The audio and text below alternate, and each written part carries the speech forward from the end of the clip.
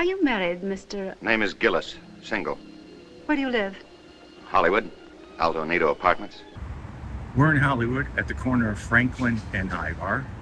And for some of you movie fans out there, you might recognize it because this was where William Holden said he lived in the movie Sunset Boulevard. Let's go back about 6 months and find the day when it all started. I was living in an apartment house above Franklin and Ivar. The Alto Nido Apartments. Well,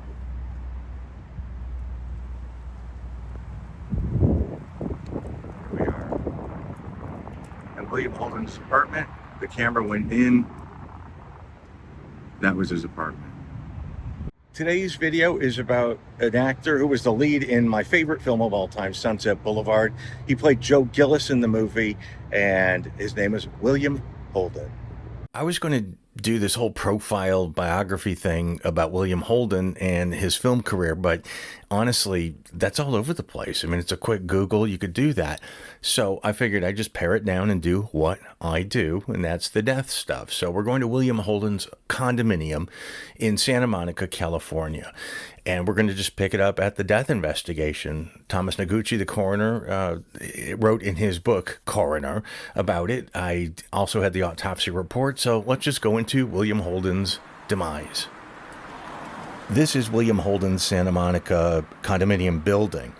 And William Holden was kind of a grumpy person, didn't want to really interact with a lot of people. The neighbors knew him, but it never went beyond sort of a polite nod to his neighbors. So nobody really checked on him very often. He was seeing the actress Stephanie Powers. She was the last person to actually speak to him. His business manager became concerned because they hadn't heard from him in a couple of days. So between he and the building manager, they opened up the door and found William Holden dead. So this is the investigation. They had to rule out every possibility: self-harm, murder, homicide, or accidental. The time we're in Santa Monica, and that building is 535 Ocean Avenue. And William Holden lived in unit 4B, and figured it out through real estate listings, and that 4B is actually the fourth floor. So that would be 1, 2, 3, 4. That balcony just up there. That's 4B, right on the corner of the building, overlooking the ocean, which is right behind us. So according to Thomas Noguchi, it appeared at first that if he had been murdered, that meaning William Holden, was found on November 16th, 1981, clad only in a pajama top. He laid on the floor beside his bed in his luxurious Santa Monica apartment overlooking the Pacific Ocean, with a deep gash in his forehead. Blood from that wound would have literally soaked the bed sheets and on the carpet. But the door to his apartment had been locked and nothing had been stolen. The police were puzzled. They told the press that Holden had died of natural causes, then shipped the body to the Forensic Science Center for examination.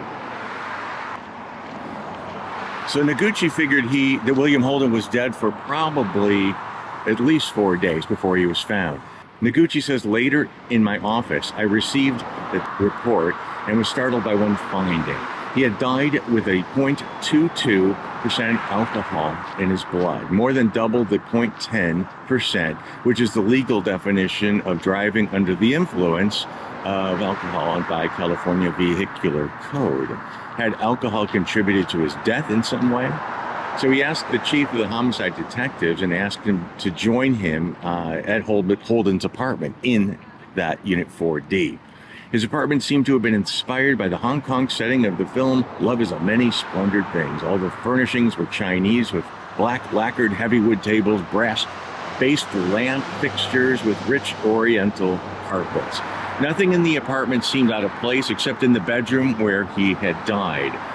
The detectives were brought in and told Dr. Noguchi that murder didn't seem to be in the picture because there were no weapons, and they were dusted for fingerprints, and there were no fingerprints that were not recognized within the apartment. Dr. Noguchi surveyed the bedroom. One of Holden's fine rugs, oyster white with blue trimming and about 3 by 6 feet in dimension, was crumpled near the bed. Noguchi said such a meticulous man would not have done that intentionally. Had he slipped on the rug? Where was he lying? Where the rug is, the detective said, beside the bed. On the bed itself, I saw dried, bloody Kleenex tissues, and he said he counted, there's a lot of traffic. He said he counted 8 bloody tissues on the bed. The table next to the bed was crooked, another jarring note in such a neat apartment. Apparently, it had been jammed at an angle against the wall. In fact, there was a gash in the wall where the corner of the table had struck it. I asked the detective to lift the heavy teak wood table, and he couldn't do it. I wanted an idea of the exact weight because it would establish how much force had been applied to move it. In the kitchen, they found an empty quart bottle of vodka in the trash can and a partially empty bottle on the counter. Dr. Noguchi presumed that the contents of those bottles accounted for the 0.22% alcohol reading in the toxicological report. From the clues in the apartment, it was obvious to me, Dr. Noguchi, how Holden died. Intoxicated, he had tripped on the rug and lunged forward, his forehead striking the corner of the table next to the bed with such force that it had been driven into the wall. His death was an accident, but what made it more poignant and pointless was that the actor had not lost consciousness. Instead, he had opened the drawer of a table in which the Kleenex box was kept, removed some of the tissues, and tried to stop the flow of blood from the gash in his forehead. He had enough time to use 8 tissues, one after the other. In the autopsy room, by gauging the amount of blood loss, I had estimated that Holden lived at least half an hour or more before he lost consciousness. And during that time, I suspected alcohol had played its usual deadly role, preventing him from responding properly in an emergency. Sober, Holden probably could have telephoned for assistance or gone to a next-door neighbor. The telephone was so close to the scene of the accident that there were drops of blood on it. Intoxicated, he lay there on the bed until blood loss caused him to lose consciousness. And in Holden's case, there was another evil factor at work. Alcohol dilates the capillaries, promoting bleeding, and also inhibits the normal blood clotting mechanism in an open wound. He had bled to death. Still, Dr. Noguchi had tormenting questions. For one, why had his death gone unnoticed for 4 days? A woman I knew, the director of consumer affairs at the LA County, lived next door to Holden, and she gave me a possible answer. Holden was an intensely private man. They had been neighbors for 6 years, had only a nodding acquaintance. So we know that Holden was an extremely private person. Bill Martin, the manager of the apartment building, had discovered the body. And at Dr. Noguchi's request, he joined him in Holden's apartment. I'll get it. Man, they're right on top of it. Yeah, put your quarter in that thing.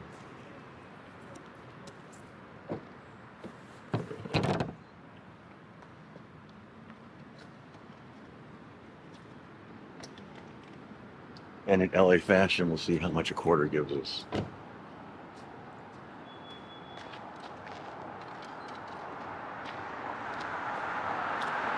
25 cents, 6 minutes.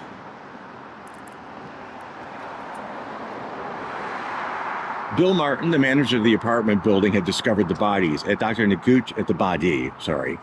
At my request, Dr. Noguchi's request, he joined me in Holden's apartment and told me, sure, we were worried. He'd been here for days without coming out. How long, Dr. Noguchi asked. I don't know for sure, but it was more than a week. I got concerned, so I played a little game. And Dr. Noguchi says, a game? And the manager says yes, to see how he was doing. I knocked on his door and pretended there was trouble in his electrical wiring. He let me in. And I worked the light fixture and told him it was okay and left. And Dr. Noguchi says, what did you see?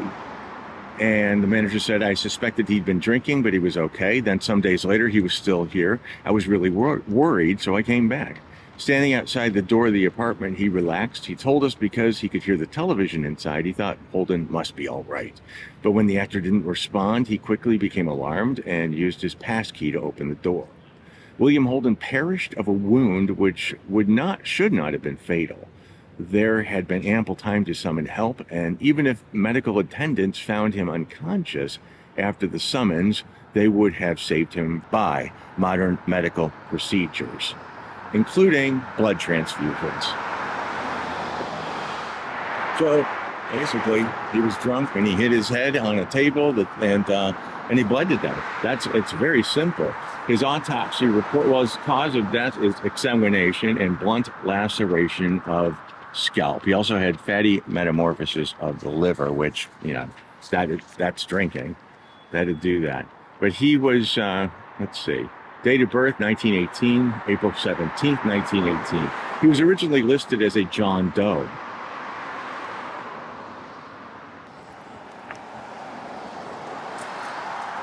And he had to be identified by dental records. This is the actual autopsy report. Information obtained by Officer McKelveen, Santa Monica Police Department. The decedent was last known to be alive about a week ago when he spoke to Miss Stephanie Powers. I didn't mention that, but William Holden's girlfriend for a very long time was Stephanie Powers, the actress. I wanted to take a second to point something out. So Robert Wagner and Stephanie Powers starred in the hit TV show Heart to Heart. Back in 1981, their spouses, Natalie Wood and William Holden, or their partners, both died under bizarre, mysterious circumstances, just very unusual circumstances. William Holden's body was discovered on November 16th, 1981. Natalie Wood's body was found on November 29th, 1981. So these two high-profile co-stars of this hit television program, they both lost their partners within 13 days of each other. I just think two famous partners, two famous co-stars, it raised a lot of eyebrows back then. It meant nothing, but it certainly was a bizarre coincidence. So, Miss Stephanie Powers, via telephone, indicated that he had been drinking, but seemed to be his normal self and was without complaints. The date the decedent's business manager, Richard Comstock, who I just talked about, he was concerned about the decedent. He went to the apartment where the decedent resided and contacted the manager, and together they went forth to the fourth floor. They entered the locked apartment and all the lights were turned off. However, the television was on in the rear bedroom, so the flashlight was used, and the body was observed lying on the floor next to the bed, and the police were called. Upon the arrival, death was pronounced at 10 a.m. He was partially clad in a robe and shirt and lying on his back with his robe folded back and beneath his body. With his right arm placed through the sleeve, the left arm wadded up and beneath the body. So it looked as if he was, it says here, suggesting he may have been attempting to dress himself. Body was in an advanced state of decomposition with maggots present and a large amount of putrefaction present as evidenced by the tissue separation and blisters with fluid present. Examination reveals an apparent laceration in his forehead approximately 3 inches in length and no other injury seen. The doctor, who was William Holden's personal doctor, was told them that William Holden was treated for pancreatitis, alcoholic liver disease, and was last seen by him about 6 weeks prior. No medications were observed at the scene, and at this time, no foul play is suspected. All indications point to this person being Mr. William Holden. However, because of the advanced state of decomposition, will also be given a John Doe number. They ultimately identified him by dental records. And it should be mentioned that the empty vodka bottle was in the trash container along with 4 beer bottles and another partially full vodka bottle on the sink, on the kitchen sink. He was 63 years old. He weighed 143 pounds at his death. He was weighed in after he died at 143. So 4B, the ground floor is 1, 2, 3, 4.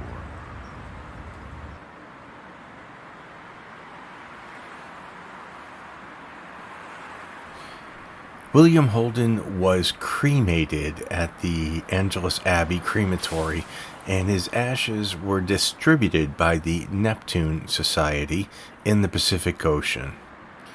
Throughout his lifetime, William Holden was concerned about the reducing population of wildlife species, and he purchased in the 1960s 1,800 acres of land of a game ranch in Kenya, actually. He was concerned with overhunting and poaching, and after his death, Stephanie Powers, along with others, created the William Holden Wildlife Foundation in his memory, and it still exists today to educate people of the importance of wildlife in the balance of nature. And Stephanie Powers still serves as the president of the foundation and the chief fundraiser. And if you want to know more about the William Holden Wildlife Foundation, I've put a link in the description below this video. So thank you very much for your time. Thank you very much for your attention. And rest in peace, William Holden. Before we go, there were a couple of things I wanted to mention about the film Sunset Boulevard. As I mentioned, it was my favorite film of all time, and living in Hollywood was wonderful. I lived literally about a 3-minute walk from the Paramount Studios gates, and I had some friends over the years that were able to let me into the lot and wander around. Going up to those gates and touching those gates is pretty spectacular, especially knowing that amazing part in Sunset Boulevard when Gloria Swanson and they pull up to the gates and she's refused entry, and Jonesy, the security guard, lets him in. This was Jonesy's window. My buddy Aaron Siegel, who was known around the lot as the mayor of Paramount Studios, Where's Mr. DeMille shooting? Stage 18, Miss Desmond. took me to stage 18 where Cecil B. DeMille was shooting Samson and Delilah. The people in the movie were extras, were working on Samson and Delilah, and Gloria Swanson makes this amazing return to Paramount. It's a really emotional scene if you like this film. And then outside of that is the writers' building, which was kind of blocked by some production vehicles. So a friend of mine said, I'm going to show you something really cool. And he takes me to the back of the Paramount lot and opens up this literally like shack area. It was not temperature controlled or anything. And in this room or in this little building were floor to ceiling file cabinets, floor to ceiling. That's all you could see. It wasn't regulated with air conditioning or anything like that. And he says, give me a name. And I said, what do you mean? Because just give me a name from someone, who worked for Paramount Studios.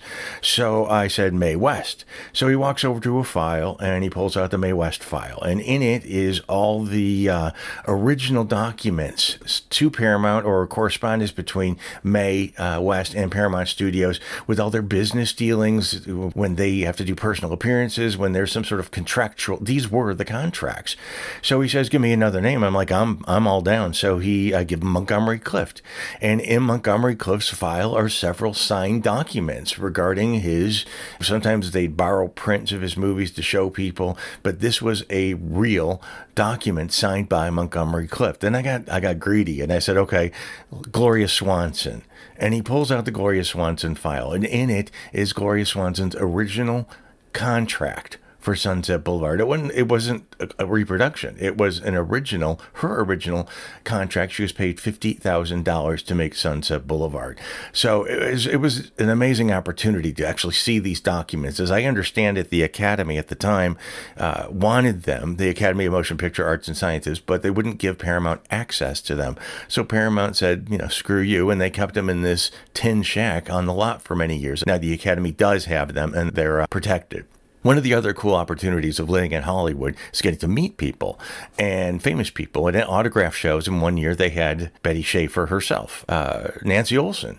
Nancy Olson is the last remaining cast member from Sunset Boulevard, and she was doing an appearance, and I brought my Sunset Boulevard poster for her to sign, and there it is, 2 dearly departed tours from Nancy Olson and Betty Schaefer. Now, lastly, I'll leave you with this really interesting. Sunset Boulevard is a movie about an old silent film star who sits around her dusty old mansion watching her old movies over and over and over again, and desperately hoping her phone's going to ring, and it just never rings. And William Holden, through circumstance, ends up living at her house, and they become lovers. So it's this weird Hollywood movie, because there's a million Gloria Swansons, at least there used to be, hanging around Hollywood hoping their phones are going to ring. And in this case, William Holden is sort of like, I want to say gigolo, but it's just, they saw use in each other.